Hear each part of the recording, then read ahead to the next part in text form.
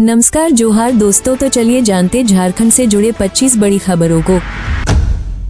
दूसरी सोमवारी के लिए निकला श्रद्धालुओं का जत्था। प्रशासन हुआ अलर्ट। सावन के दूसरे सोमवार को देवघर में 3 लाख से ज्यादा कांवरियों के आने की संभावना है। प्रशासन अलर्ट पर है और कांवरियों के मार्ग पर निगरानी रखी जा रही है। पुलिसकर्मियों को मुस्तैद रहने के निर्देश दिए गए हैं और क्यूआरटी दल सक्रिय रहेंगे। मंदिर के अंदर जल अर्पण की गति बढ़ाने के लिए अनुभवी पुलिसकर्मी तैनात किए गए हैं। बाहरी अर्घा का अधिक उपयोग किया जाएगा।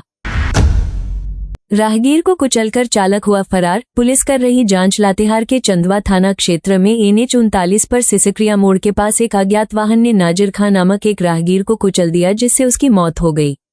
पुलिस ने शव को कब्जे में लेकर जांच शुरू कर दी है। मृतक की पहचान उसके परिजनों ने की, जिन्होंने बताया कि उसकी मानसिक स्थिति ठीक नहीं थी। पुलिस मामले की तहकीकात कर रही है। सुरक्षा बलों को मिली बड़ी सफलता। सीमावर्ती जंगल से भारी मात्रा में IED और विस्फोटक बनाने का सामान बरामद। पश्चिमी सिंहभूम और सरायकेला खरसावां के सीमावर्ती जंगलों में सुरक्षा बलों ने माओवादियों के खिलाफ तलाशी अभियान में बड़ी सफलता हासिल की। सुरक्षा बलों ने 14 IED, देसी हैंड ग्रेनेड और विस्फोटक सामग्री बरामद की, जिसे मौके पर ही नष्ट कर दिया गया। पुलिस अधीक्षक राकेश रंजन ने बताया कि गुप्त सूचना के आधार पर यह संयुक्त अभियान चलाया गया, जो अभी जारी रहेगा। 5 अपराधियों ने मिलकर की थी सुमित की हत्या। खून के धब्बे लगी शर्ट पुलिस ने की बरामद। चाईबासा के छोटा नीमडीह में सुमित सिंह यादव नामक युवक की गोली मारकर हत्या कर दी गई। पुलिस ने इस मामले में अभिजीत अधिकारी और सौरभ राज को गिरफ्तार किया है। मृतक के पिता ने दोनों पर हत्या का आरोप लगाया था। पुलिस जांच में पता चला कि पुरानी रंजिश के चलते हत्या की गई। पुलिस ने अभिजीत की निशानदेही पर खून से सनी शर्ट भी बरामद की है। 14 साल पहले लापता हुए इंजीनियर सत्यदेव की हुई पहचान। यूपी के संभल में बेहोश मिले। 14 साल पहले धनबाद से लापता हुए इंजीनियर सत्यदेव चौबे उत्तर प्रदेश के संभल में मिले। बेहोश पाए जाने के बाद अस्पताल में भर्ती कराया गया, जहां होश आने पर उन्होंने अपना पता बताया। बिहार पुलिस की मदद से परिवार को सूचित किया गया। सत्यदेव धनबाद में नौकरी करते थे और 2011 में लापता हो गए थे। परिवार ने उन्हें जीवित पाकर खुशी जताई। सेवा करने गए थे। निरीक्षण का वीडियो वायरल होने पर मंत्री के बेटे ने दी सफाई। झारखंड के स्वास्थ्य मंत्री इरफान अंसारी के बेटे कृष अंसारी का रिम्स मेडिकल कॉलेज का निरीक्षण करते हुए एक वीडियो वायरल हुआ। कृष अंसारी ने कहा कि वो सेवा भाव से अस्पताल गए थे, उनका कोई अधिकार प्रदर्शन का इरादा नहीं था। मंत्री इरफान अंसारी ने कहा कि उनका बेटा एक मित्र के पिता को देखने गया था, जो मेडिकल कॉलेज में भर्ती हैं। हेमंत सरकार की बढ़ेगी मुश्किलें। 22 प्रथा के बिना पैसा एक्ट को नहीं मानेगा कुर्मी समाज। आंदोलन की दी चेतावनी। रांची में कुर्मी समाज ने पैसा कानून में 22 प्रथा को शामिल करने की मांग की। समाज के बुद्धिजीवियों ने इस प्रथा को कुर्मी समाज की प्राचीन परंपरा बताया और इसके बिना पैसा कानून को काला कानून कहा। उन्होंने सरकार से इसे शामिल करने की मांग की और ऐसा न होने पर आंदोलन की चेतावनी दी। इसके लिए 31 सदस्यीय टीम का गठन किया गया है। SP हत्याकांड में हाईकोर्ट के जजों में मतभेद। एक ने किया बरी, दूसरे जस्टिस ने फांसी की सजा को माना सही। पाकुड़ के तत्कालीन SP अमरजीत बलिहार समेत 6 पुलिसकर्मियों की हत्या के मामले में हाईकोर्ट के 2 जजों ने अलग अलग फैसले सुनाए हैं। एक जज ने फांसी की सजा रद्द कर दी, जबकि दूसरे ने बरकरार रखी, जिसके चलते अब यह मामला चीफ जस्टिस को भेजा जाएगा। निचली अदालत ने 2 नक्सलियों को फांसी की सजा सुनाई थी, जिसे हाईकोर्ट में चुनौती दी गई थी।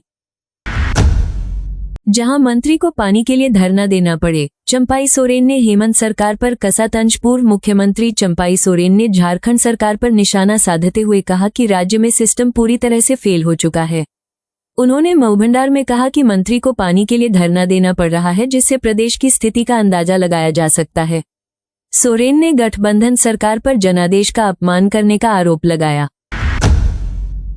रेलवे प्रशासन का बड़ा कदम। स्टेशन ट्रेनों में सामान बेचते समय लगाना होगा QR कोड वाला I card. Koderma railway station पर वेंडरों के लिए पहचान पत्र अनिवार्य कर दिया गया है।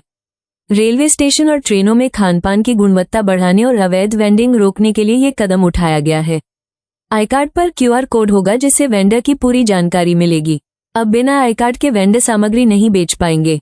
रेलवे बोर्ड ने इस बारे में निर्देश जारी किए हैं।